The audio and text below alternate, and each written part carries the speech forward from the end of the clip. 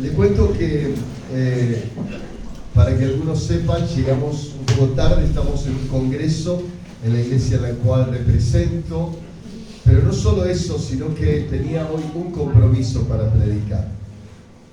Y era venir a este lugar, que consideré más o menos a las 8 era el tiempo de estar predicando acá. Cuando estaba hoy en la mañana en el congreso, me mandan un mensaje y me dice un pastor, no el de acá, ¿todo listo para hoy, pastor? Y yo dije, ¿qué me está diciendo? Cuando vi el nombre sabía que él me había invitado, pero no me acordaba la fecha. Me había hablado cuando yo venía manejando, a mi recuerdo ligero, y cuando me fijo, la fecha que él me había invitado era justamente la de hoy. Entonces le dije, bueno, déjame ver qué hago, no está todo tan listo, pero déjame ver qué hago. Y así que tengo que salir de aquí a predicar en otro lugar más. Así que espero que en este tiempo cortito que estamos, Dios pueda hacer algo especial. Amén. Yo no sé si hay alguien que está por primera vez, y no hablo de creyentes de otra iglesia, pero yo le cuento un poquito aquí. Yo hace muchos años tuve la oportunidad de conocer a Cristo aquí, no muy lejos, a unos kilómetros, una iglesia llamada Los Olivos, del un pastor Antonio Reyes en aquel tiempo. Y ahí fue donde, después de un fracaso familiar, no mío, personal, en cuanto a matrimonio, sino de mi madre, mi padre había fallecido de un paro cardíaco, mi casa quedó muy vacía. Y eso me llevó a mí a hacerme 1000 preguntas. Teniendo unos 11 años, bueno, mi padre a los 13 comienzo a trabajar. A los 16 años o 15, encuentro que este hombre siempre tenía un libro negro en su escritorio. Era muy feliz, un hombre que era muy común encontrarlo en la puerta de su negocio hablando cosas raras. Y lo que hacía era hablar en lenguas. Yo no entendía nada de lo que hacía, pero me llamaba la atención su actitud. No era muy sonriente, pero se lo veía feliz. Tenía 3 hijos, una hija que había muerto hacía 2 años, y tenía a su esposa, y cuando vi a su familia también los vi muy felices.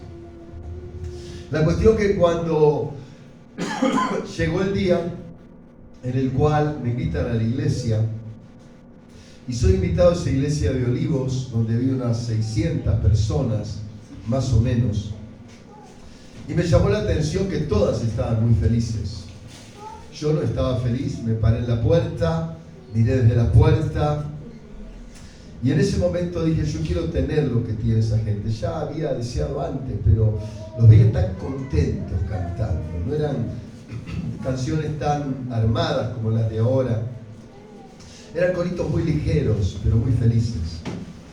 Hasta que un año después, nuevamente visitando la iglesia, teniendo 17 años, yo digo, Dios, si estás en este lugar, te pido que me cambies la vida.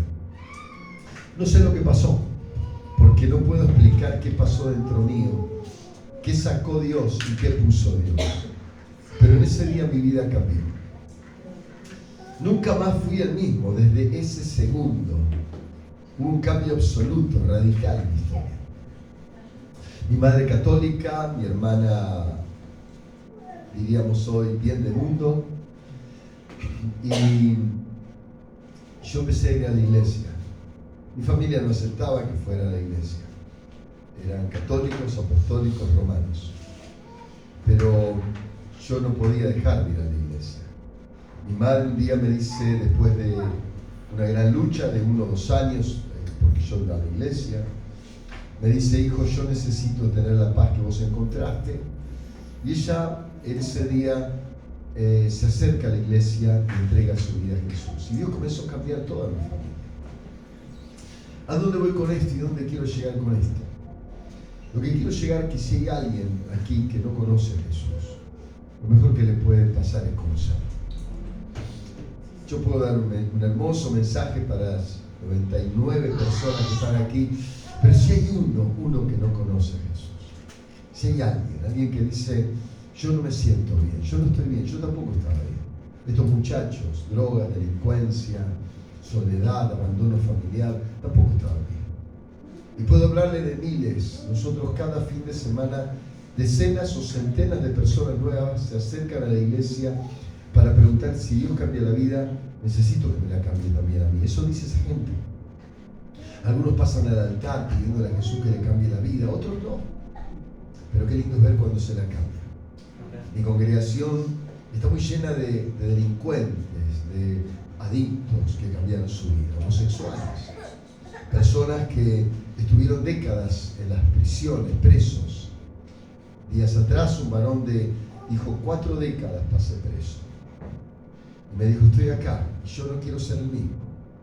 Y yo no sé hoy aquí si hay alguien nuevo, pero tal vez no sea para alguien nuevo, tal vez sea para un creyente, para que se dé cuenta que tal vez en su casa hay gente que también entiende la necesidad de cambiar su vida. O tal vez el vecino, o tal vez alguien en el barrio. Yo dije algo cuando empecé acá en la oración, que desearía que del norte, del sur, del este y del oeste, esta iglesia se llene tanto que no haya lugar para meter más sillas, que haya gente afuera rodeando la iglesia, que es un poco la realidad de nuestra congregación, de donde vengo. Viene mucha gente nueva, porque vienen a buscar a Jesús.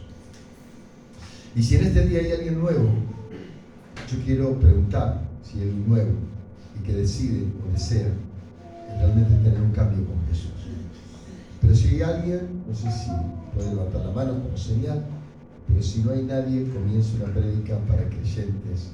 Pero si hay alguien nuevo que dice necesito a Jesús, necesito un cambio, yo quiero hacer una oración por vos y una oración con vos. Si hay alguien, no sé si hay alguien que dice necesito de Dios.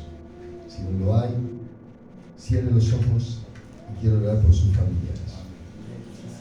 Padre mío, antes de terminar esta reunión, yo te ruego, Padre, que esta gente salga transformada. Y amado Dios, hoy haya un cambio radical en esta congregación, Padre. Que, Padre, los próximos 6 años, amado Dios, año tras año, se multiplique el número de congregantes. Amén. Y amado Dios, veamos tu gloria, oigamos de tu gloria en este lugar, en el nombre de Jesucristo. Te damos gracias, todo lo dejo ante ti, para la gloria y honra de tu nombre. Y el pueblo dice amén. Amén. Amén. Amén. Damos un aplauso al cielo.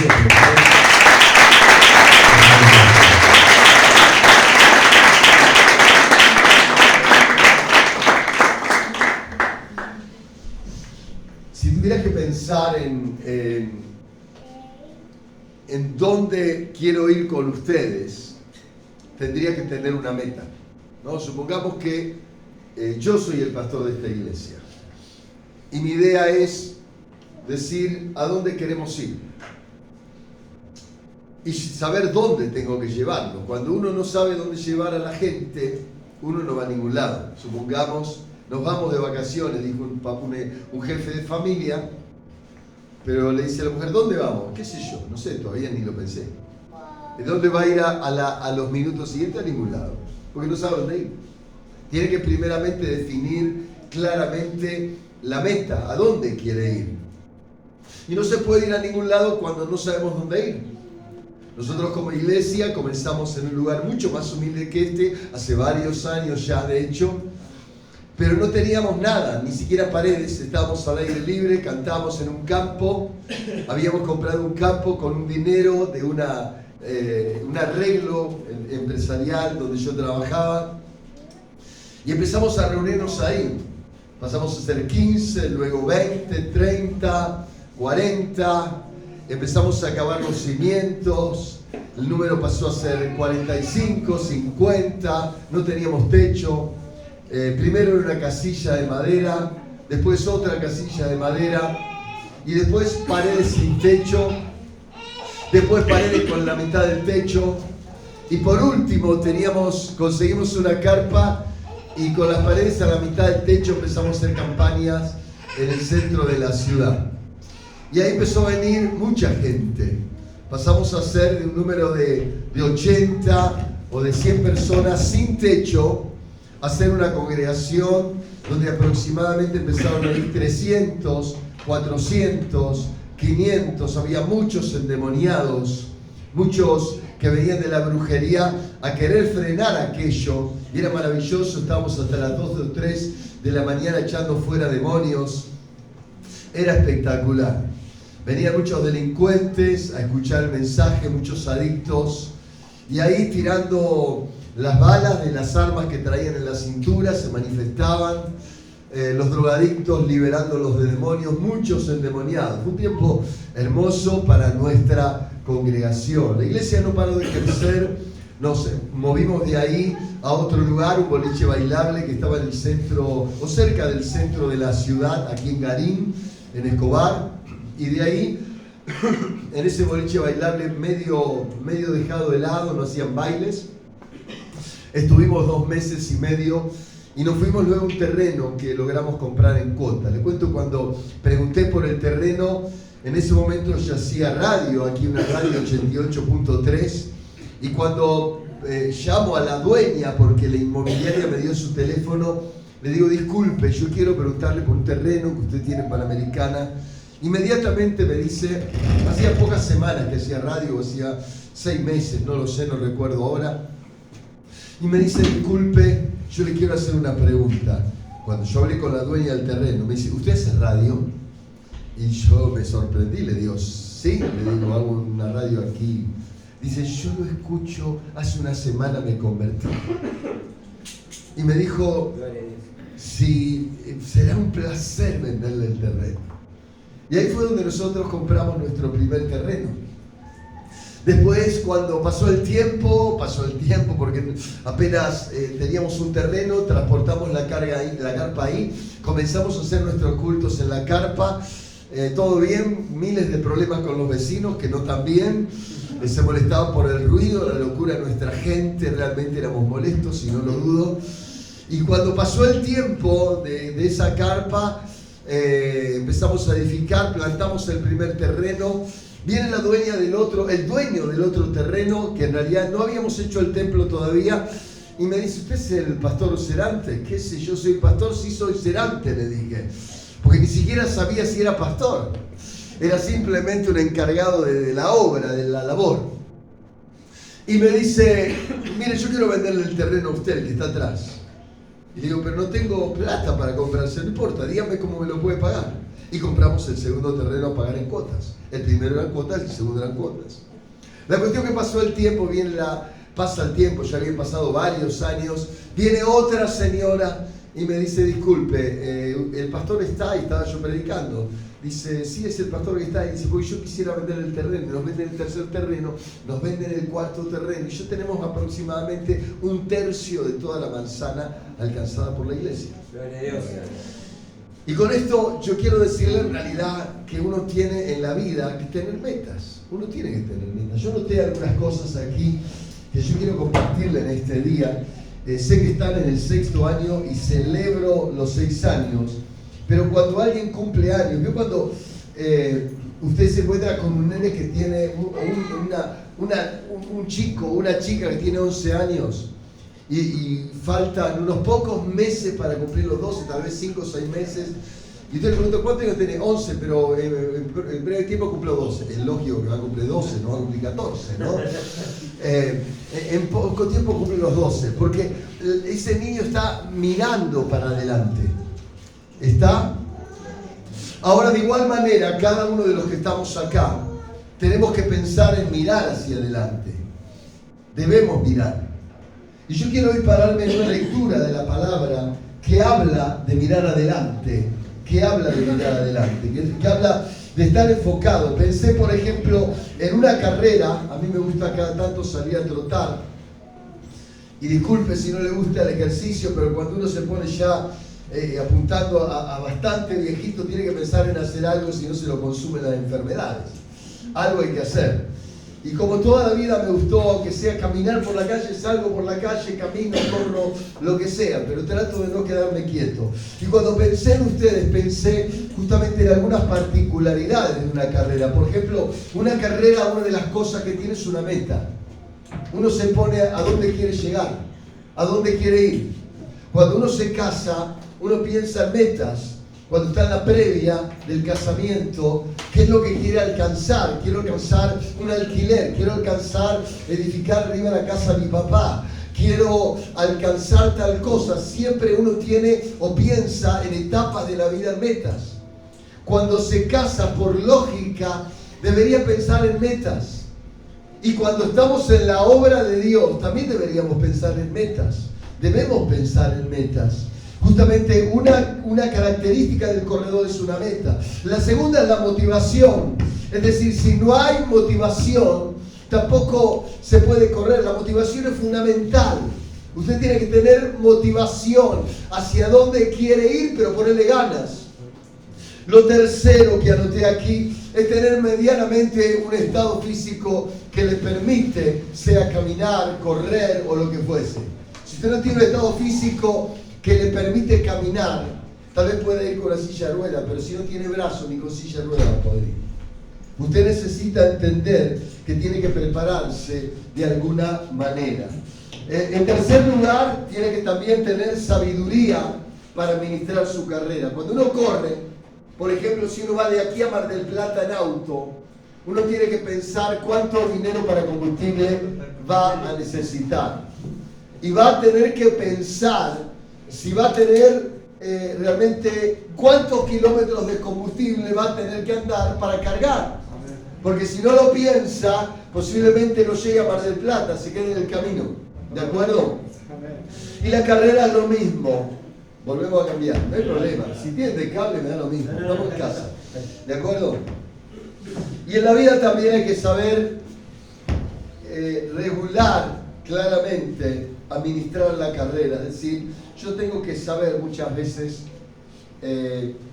cuándo acelerar, cuándo frenar, cuándo el cuerpo me dice parar y demás. Usted ya me va a entender cuando vaya avanzando. Y tercero, o quinto, perdón, lo importante es empezar a correr. Hay un momento en la vida donde hay que empezar a correr. Yo le decía a uno de los jóvenes acá, dos de ellos son solteros, y le dije, hay una etapa en la vida, y preste atención, donde la vida es la más importante. Lógicamente toda la vida es importante. Si se corta antes de los 20, lo anterior es importante también. Pero en cuanto a metas, uno tiene que pensar, después de los 20, o 25, o 30 si quiere, que comienza una etapa de uno. Antes se debe a papá, a los hermanos, a los primos, a los tíos, pero hay una etapa donde uno tiene que pensar en uno. Cuando pasan esa etapa de los 20, casi esos 40 años restantes, a partir de ahí, de los 60 o 65, va a empezar a vivir de resultados. Si no administraste bien los tiempos desde los 20, 25, 30 tal vez como máximo, vas a empezar a vivir de resultados críticos después de los 55, 60 años. Entonces es fundamental entender a la edad de los 20 hacia dónde quiero ir, qué tengo que hacer con mi vida. Ahí no importa papá, ni mamá, ni la abuela, ni el tío. Tengo que pensar en mí. Acá veo que hay familias, matrimonios jóvenes. Tienen que pensar qué van a hacer y cómo lo van a hacer. Porque ya no es la historia de papá, ni de la hermana, ni del hermano. Es mi historia. Es mi historia. Y tengo que pensar en mí, cómo la quiero terminar. ¿Cómo quiero terminar? Yo tengo 3 hijos que los 3 creen en Cristo. Los 3 son congregantes. Los 3 luchan para tener una bella familia. Los 3 tratan de ser buenos padres. Son muy buenos muchachos. Pero fue un trabajo. Yo desde que me convertí le dije a Dios, no te pedí hijos. Pero yo quiero una cosa, si me los diste son tuyos. Y los voy a criar como si fueran para vos. Y trabajé durante esos años. Y hoy puedo decir, ya el trabajo mío está terminado. Porque a partir de ahora les toca a ellos. Tengo una nieta y le digo a mi hijo, mirá, la nieta es mi nieta, pero es tu hija, el trabajo es tuyo. Es decir, si ella no la traes a verme, yo voy a hacer lo posible por verla, pero el problema lo tiene ella, pues yo voy a terminar mi historia en algún momento antes que ella seguramente. Entonces la que necesita un abuelo en este tiempo es ella, más que nada, más que yo. Entonces vos tenés que trabajar en tu hija, tu trabajo, y yo ya te disfruté a vos.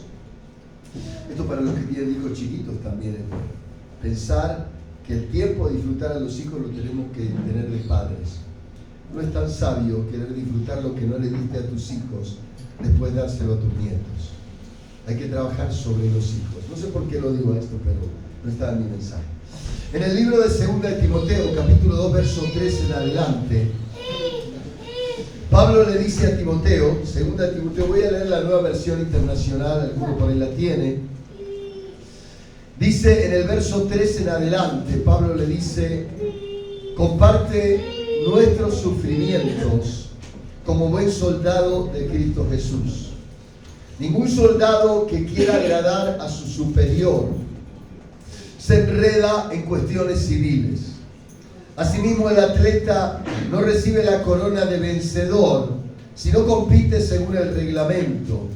El labrador que trabaja duro tiene derecho a recibir primero parte de la cosecha. Reflexiona lo que te digo, y el Señor te dará una mayor comprensión de todo esto. No dejes de recordar a Jesucristo, dice aquí. Descendiente de David, levantado entre los muertos, este es mi evangelio. Se lo voy a leer ahora en el libro de Timoteo también, que lo tengo aquí a mano. Segunda de Timoteo, capítulo 2, verso 3. Dice aquí, capítulo 2, verso 3. Tú pues sufres penalidades como buen soldado de Jesucristo. Ninguno que milita se enreda en los negocios de la vida a fin de agradar a aquel que lo tomó por soldado. Y también el que lucha como atleta no es coronado, sino lucha legítimamente. El labrador para participar de los frutos, debe trabajar primero. Considera lo que te digo y el Señor te dé entendimiento. Acuérdate de Jesucristo, el linaje de David, resucitado de los muertos. Yo quiero dejarle tres imágenes y una respuesta final. La primera habla como soldado, está relacionándonos a nosotros como creyentes, soldado. Y una de las cosas que dice, no te enredes en los negocios de la vida. Los negocios de la vida son parte de nuestra historia. El creyente, como mi persona, uno debe trabajar, debe buscar la forma de salir adelante más. Pero hay una palabra importante que es enredarse. Es decir, enredarse es considerar que el trabajo o las cuestiones civiles, aún las sentimentales, lo son todo. Y a veces esto es lo que dice el apóstol Pablo, lo que aconseja: no se enreden si quieren ser soldados de Dios, si quieren estar en el negocio del eterno, no se enreden en los negocios de la tierra. No se enreden en lo que está abajo, no se enreden en lo que les rodea cada día.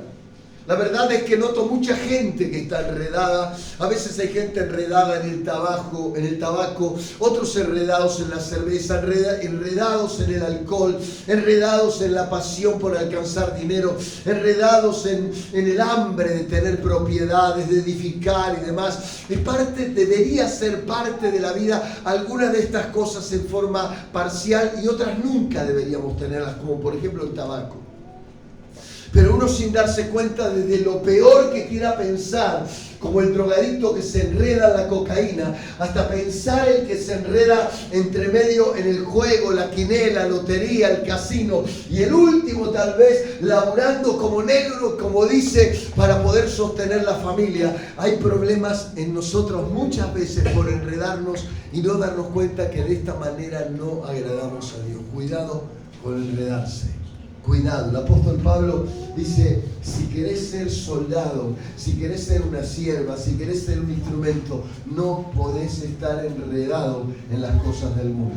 No podés, no debés. El creyente debe tener una visión clara en realidad de la tierra y el cielo. Hay cosas que son terrenales y hay cosas que son celestiales, y yo tengo que definir dónde tengo mi mirada. El apóstol Pablo tenía una mirada clara. Él sabía que en la tierra estaba para llevar el mensaje de Jesús. Trabajaba haciendo carpas y de la manera que Dios le permitía en aquel tiempo. Pero el fin era poder agradar a aquel que lo tomó por soldado. Era poder realmente ser un buen siervo. Yo creo que en estos días no nos damos cuenta y hay personas que vienen a la iglesia solo por iglesia.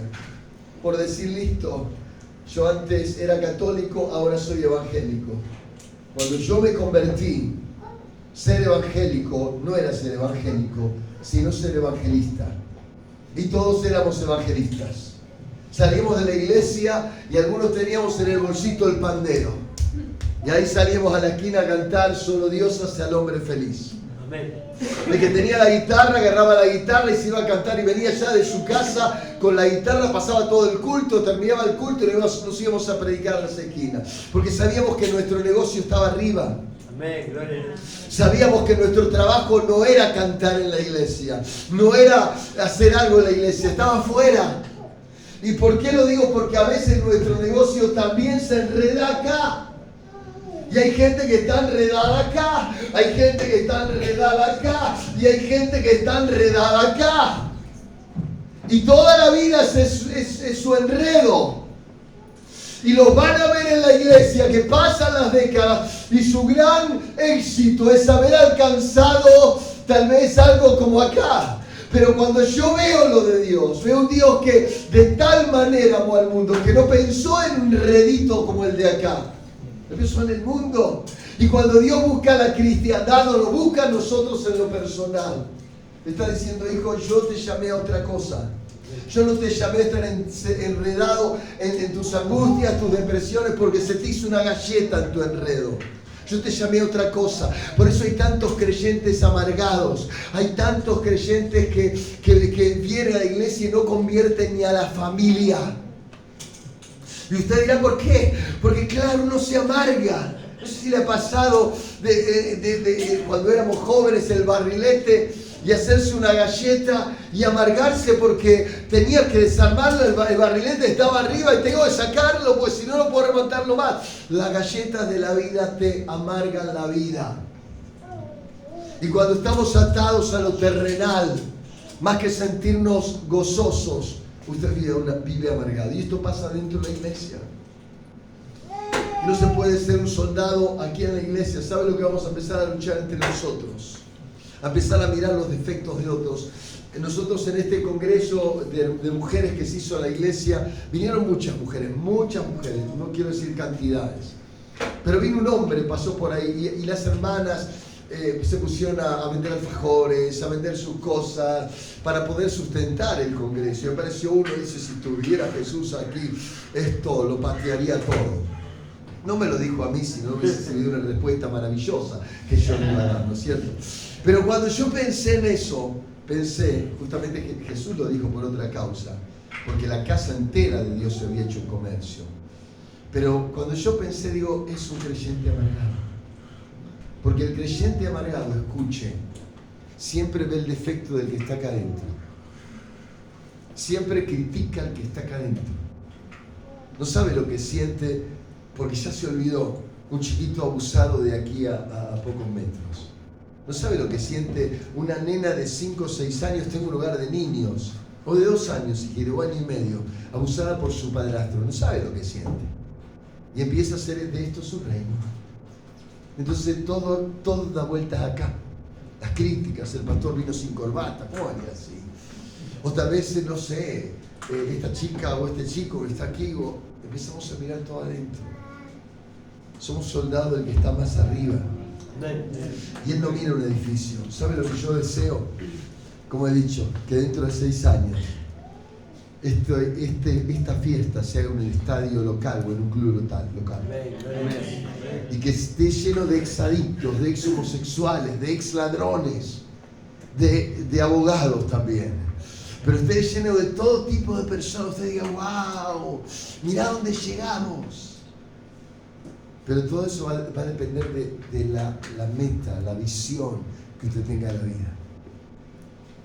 También de la familia. ¿Quién hijos creyentes no son fruto de la iglesia?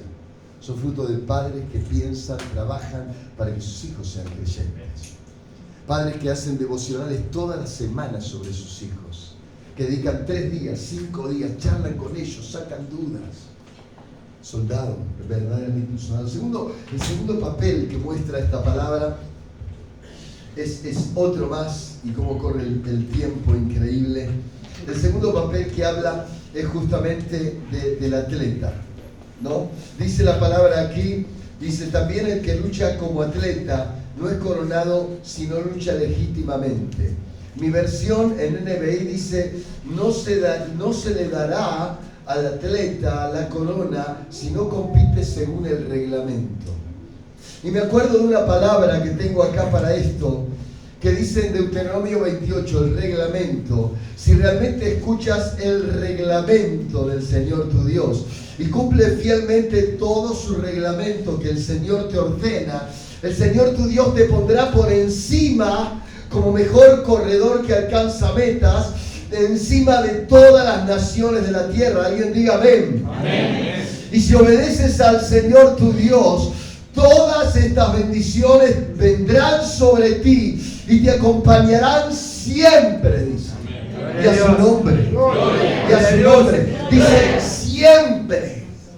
Y aquí donde yo me paro en lo segundo, el atleta tiene que ser una persona que guarda el reglamento. Yo no le voy a decir que yo no soy mentiroso, yo soy mentiroso. No sé si le ha pasado, en 10 estoy y tardó 15, le mentí.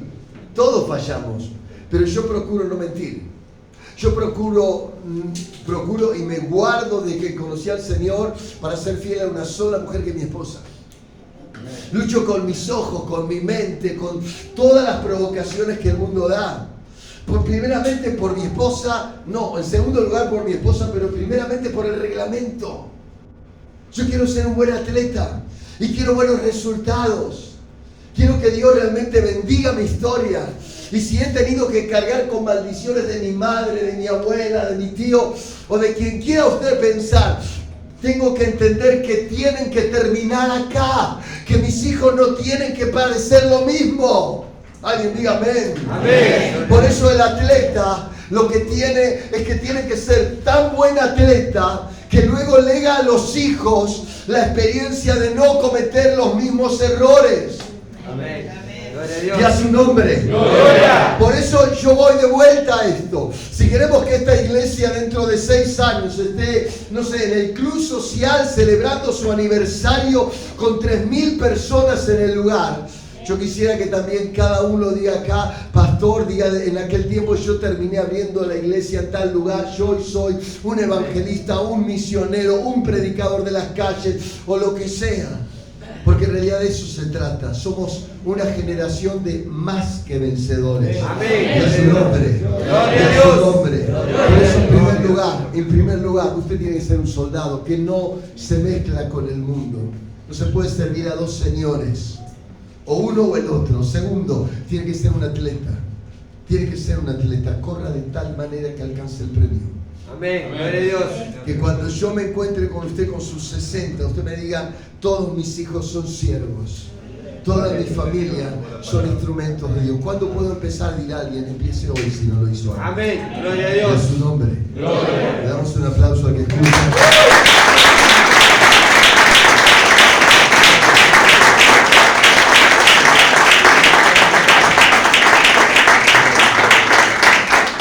Hay una palabra que está en Éxodo 15, verso 25. Dice aquí la palabra de Dios. Yo desde el verso 25 lo corté un poquito. Éxodo, voy a buscarlo acá, que la mayoría tiene Reina Valera. Éxodo, capítulo 15, verso 25. Dice la palabra de Dios aquí: mas Moisés clamó al Señor, y el Señor le mostró un árbol, y echó en las aguas esa rama o esas ramas, y estas se endulzaron. Y allí le dio estatutos y ordenanzas, y Dios allí los probó. Diga conmigo: los probó. A ver si pasaban el examen. Y dijo Dios: si oyeres atentamente la voz del Señor tu Dios, e hicieres lo recto delante de sus ojos, y dieres oído a su reglamento, y guardar su reglamento. Mira lo que dice luego: ninguna enfermedad, diga conmigo, ninguna enfermedad de la que le envía a los endemoniados que están en la calle, te las enviaré a ti, porque yo soy el Señor tu sanador. Y alguien diga amén a eso. Damos un aplauso al cielo. Amén.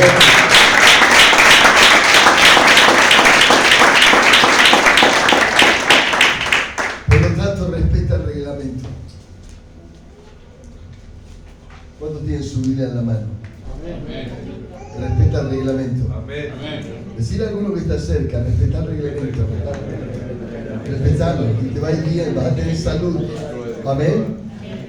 NBI dice, miren lo que dice NBI al final, y dice esta promesa, dice: y si cumplen mis mandamientos y estatutos, mis reglamentos, no traeré sobre ustedes ninguna de las enfermedades que traje sobre los egipcios. Yo soy el Señor que les devuelve la salud.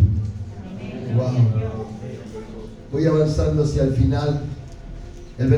Lo siguiente está relacionado con la cosecha. El que cosecha, el labrador. Josué 1:6-9 dice: sé fuerte y valiente, porque tú harás, diga conmigo, yo haré. Sé fuerte y valiente, porque tú harás que este pueblo herede la tierra que prometí a todos tus antepasados. Solo te pido que seas fuerte y muy valiente para obedecer toda la ley que mi siervo Moisés te mandó. No te apartes de esta palabra ni a derecha ni a izquierda, así solo tendrás éxito donde quiera que vayas. Recita siempre el libro de estas palabras del reglamento en el día y en la noche. Cumple con cuidado todo lo que en él está escrito. Así harás prosperar tu camino y todo te saldrá bien. Yo te ordeno que seas fuerte y valiente. No tengas miedo ni desmayes, porque el Señor tu Dios irá donde quiera que tú vayas. Amén. Finalmente, casi ya cerrando esto, trabaja duro si quieres una cosecha. 10 días atrás, hablando con una persona, con líderes de la iglesia, yo les decía: yo trabajo de lunes a lunes, desde hace ya cerca de 40 años, desde que me dediqué al ministerio, empecé a trabajar de lunes a lunes. Cuando trabajaba en una fábrica tenía 2 días libres o 1 día y medio, pero desde que trabajo para el Señor, trabajo de lunes a lunes. Mi trabajo empieza a las 8 de la mañana, 7, ya a veces recibiendo una decena de mensajes, y termina aproximadamente a las 12 o 12 y media de la noche con otros mensajes más, aparte de todas las situaciones, atender crisis, ir a ver enfermos, ver hermanos de la iglesia. Mucha gente viene a nuestra iglesia.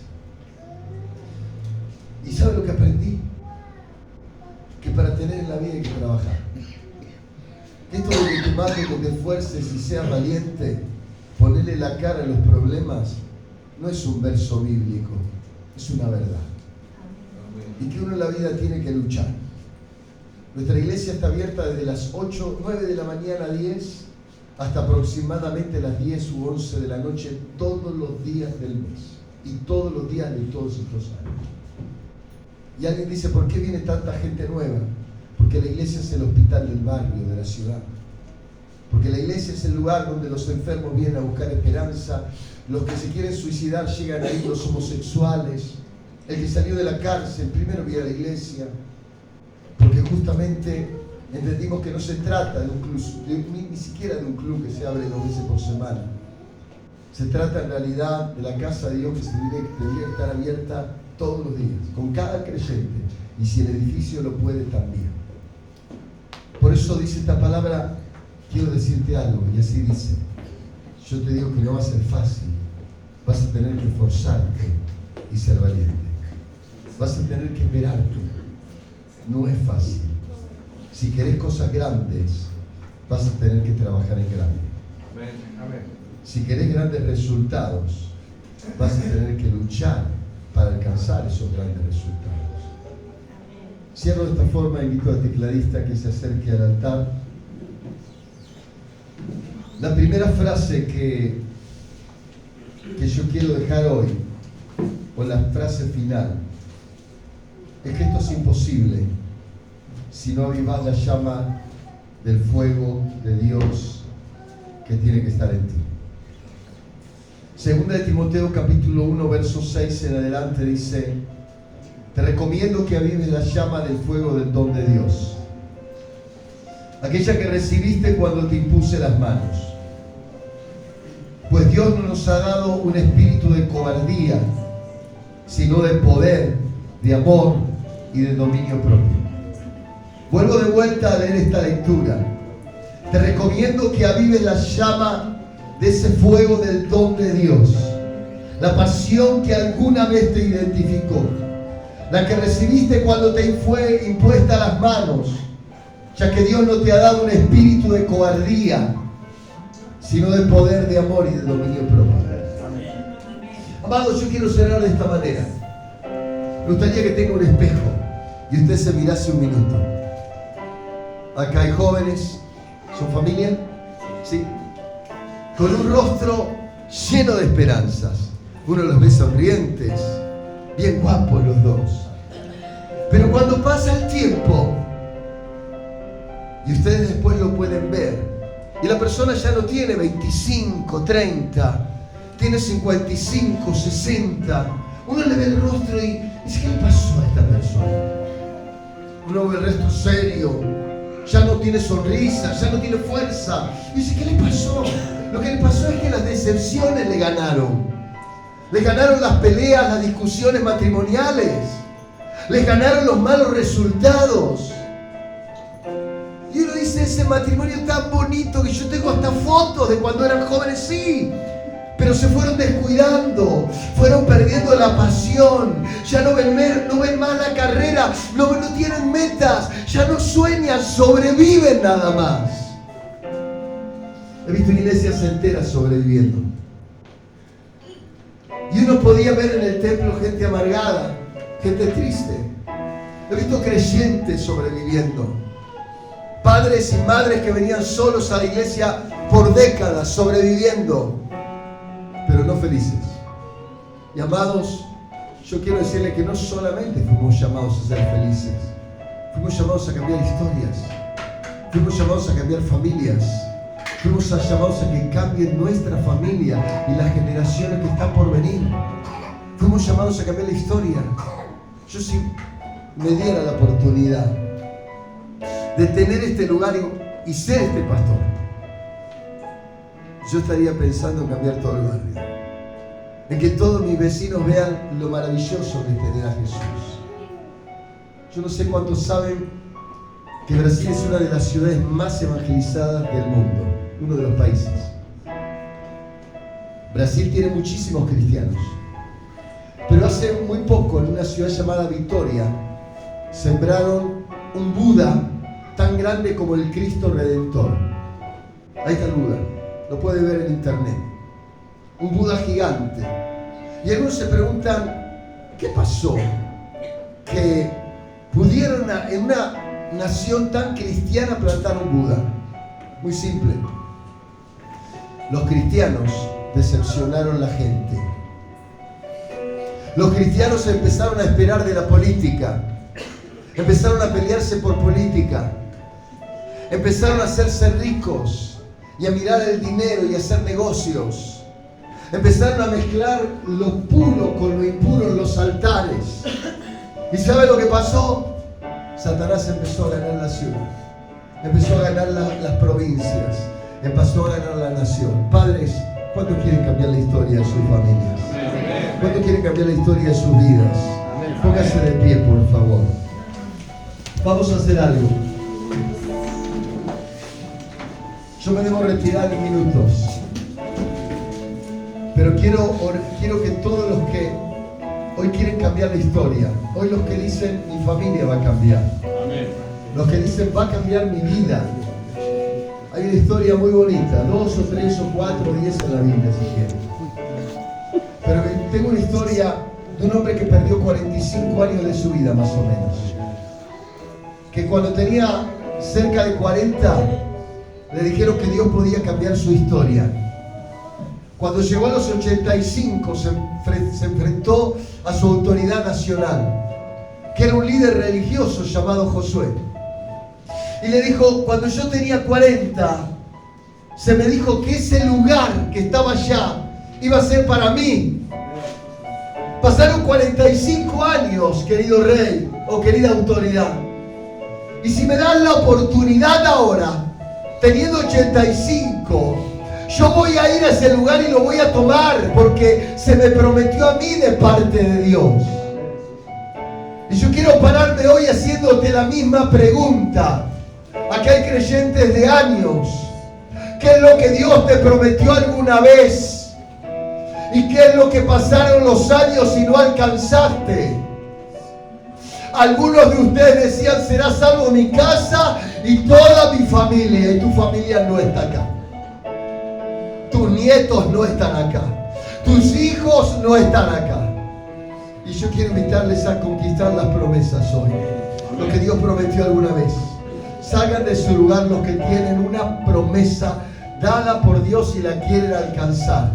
Lo que dicen, mi economía tiene que cambiar, mi historia tiene que cambiar, mi casa tiene que cambiar, mi matrimonio tiene que cambiar, mi iglesia tiene que cambiar. Yo le invito a que si es valiente, Dios no nos dio espíritu de cobardía, sino de valentía. Venga a este lugar y le diga a Dios, vengo por mi promesa, vengo por lo que me prometiste, vengo por mi casa y por mi familia, vengo por mi hogar, vengo por mis hijos, vengo por mis nietos, vengo por toda mi historia, vengo por todo lo que necesito. Yo te invito a que vengas a este altar y que le digas a Dios, vengo por lo mío, vengo por lo mío, vengo por lo mío. Ven, párate en este altar y dile, Señor, vengo por lo mío, vengo por lo mío, vengo por lo mío, vengo por lo mío, vengo por lo mío, vengo por lo mío, vengo por lo mío. Voy a correr la carrera, vengo por lo mío, vengo por mi casa, vengo por lo mío, vengo por eso que me prometiste alguna vez, vengo por